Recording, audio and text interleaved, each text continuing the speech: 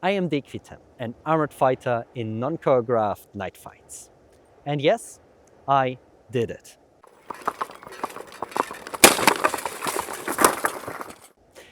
I met Arne Koets. Arne Koets is definitely one of the most experienced jousters in the world. We decided to film a duel together. And I had to ask him if it is possible to charge me on horseback with a full jousting lance. But why did I do that? Why did I ask him? Because I wanted to know, how does it feel to get hit by a lance from horseback? So we did it, and now I know. But is it common that in a duel, a knight on horseback fights another knight or a man-at-arms on foot? I wouldn't call it common. Yes, it happened in history, but normally if you fight a duel, you want to have it fair. So no one can say after the duel that the decision wasn't right. But what if you fight against a horseman that is clearly better in riding a horse and jousting than you? Does it make sense to start also on horseback?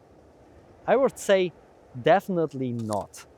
So it's possible that you agree to a jousting duel and know that your chances are really low and hoping for a lucky shot. But it can also be better to start the duel on foot and try to deflect the lance so that the duel will continue on foot, where you have the better chances. And against Arne Koets, I am definitely worse in riding, and I don't have experience in jousting on my own. But I'm definitely a good fighter on foot, so I tried to stay alive while get charged from the horse and tried afterwards to defeat Arne in foot combat.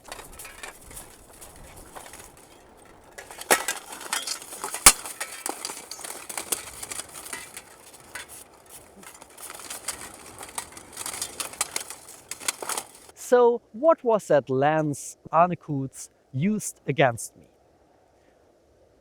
The problem is that it wasn't possible to use a historical war lance tip, because the sharp leaf of that lance would definitely penetrated most of my armor parts and kill me.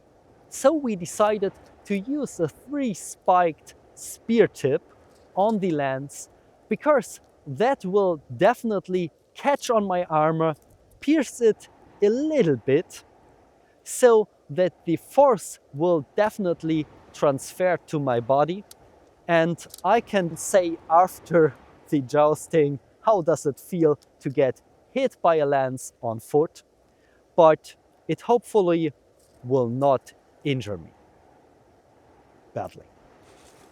These lances are huge. They are from 3.5 to 4 meters long, so much longer than normal spears. So it's not possible to use a spear on foot and catches the horse before get hit from the lance. The lance will hit you definitely first. Such a huge lance is normally made from one big tree. This is only the tip of the lance that broke off when it hit my helmet and pushed me back.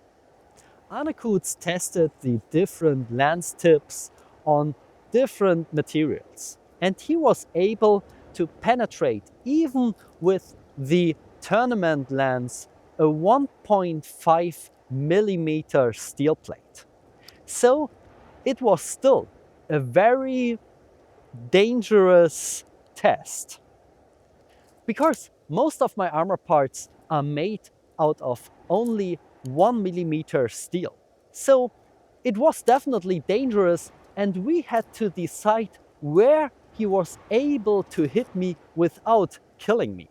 The most obvious place to hit me is, of course, the chest plate.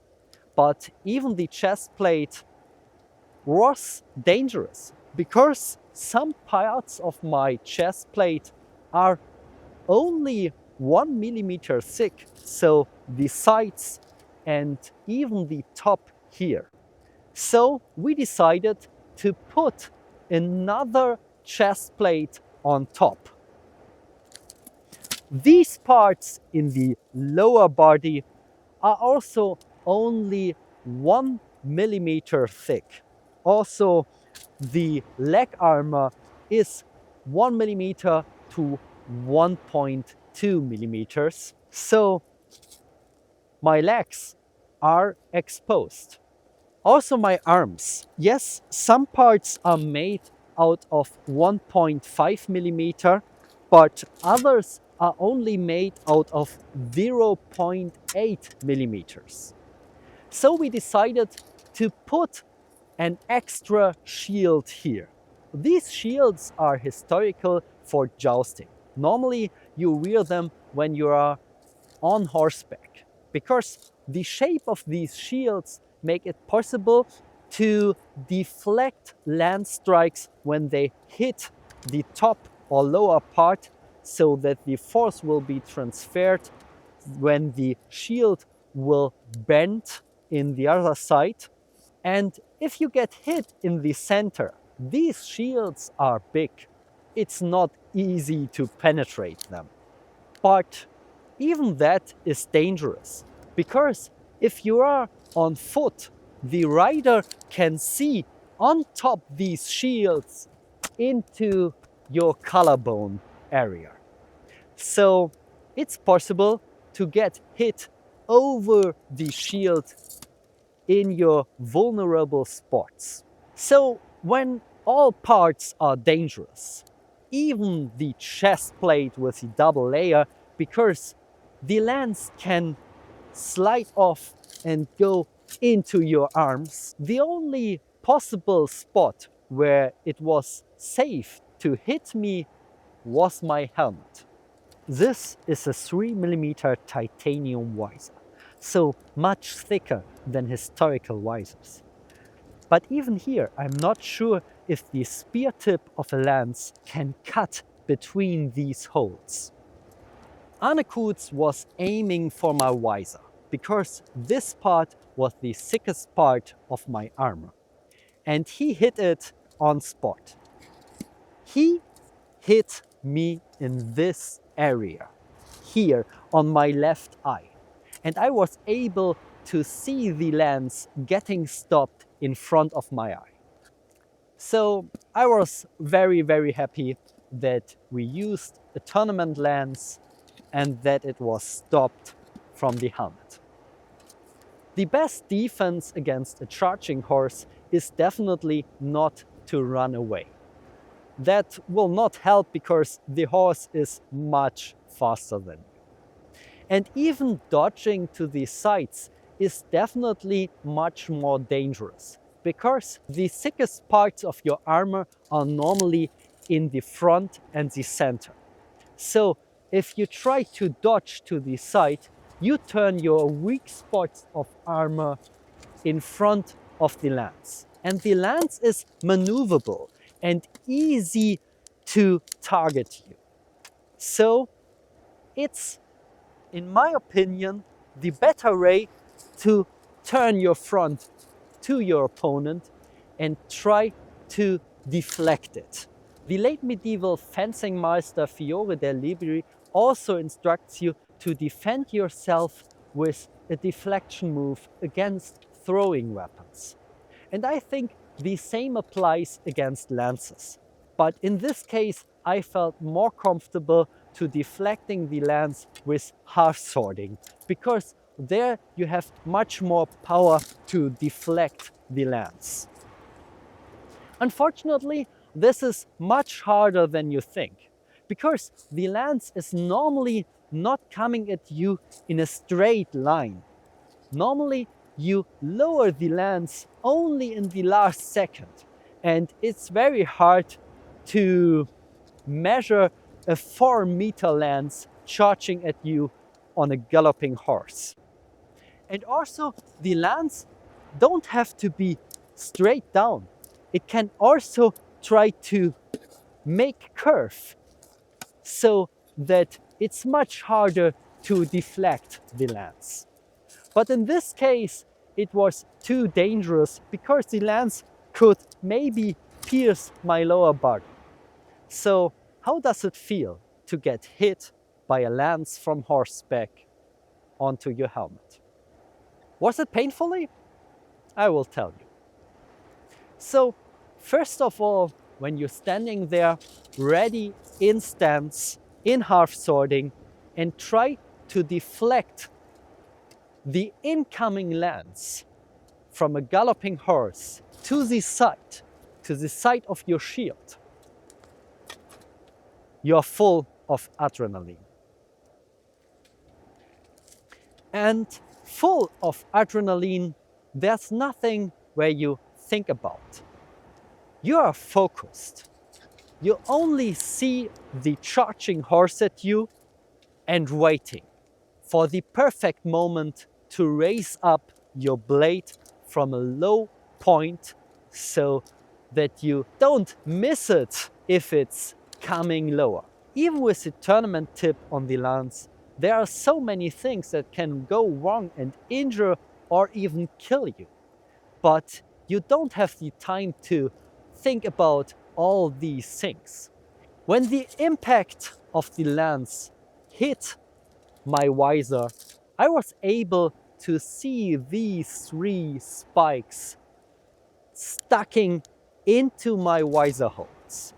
And I felt the impact that pushed my neck very fast back till the lower plate of my helmet grabbed the chest plate and the full force of the horse pushed me back. The lance bent when it hit my visor and broke off after it pushed me more than 2 meters backwards. But did it hurt when the lance hit me? Maybe, yes, but I was too full of adrenaline to notice any pain in that moment. And this is normal. That wasn't strange to me. And normally this adrenaline level when you fight in armor doesn't go away that easily on my body. So it's normal when I fight that I'm full of adrenaline for the next hours. I hope this isn't a disappointing answer for you, because it was not about how much pain I will feel from getting hit by a lance. For me, it was more about how much force will be there from a lance. And now I know that there is much force, because getting pushed away for over 2 meters is much, definitely. Getting hit by a lance in the visor is not about pain. Normally, a war lance will pierce your skull. It's hard to tell if I had a concussion from that impact. Because, yes, maybe there was a small headache, but the adrenaline helped a lot. And days after, it was more about my neck and back muscles. So I was happy that there was no big injury, that I was alive after the test. And I hope that I can make these tests again. Maybe some stupid tests against crossbows, or again against a lance with Arne Koets. And you, stay safe, don't kill your training partners, and bye-bye.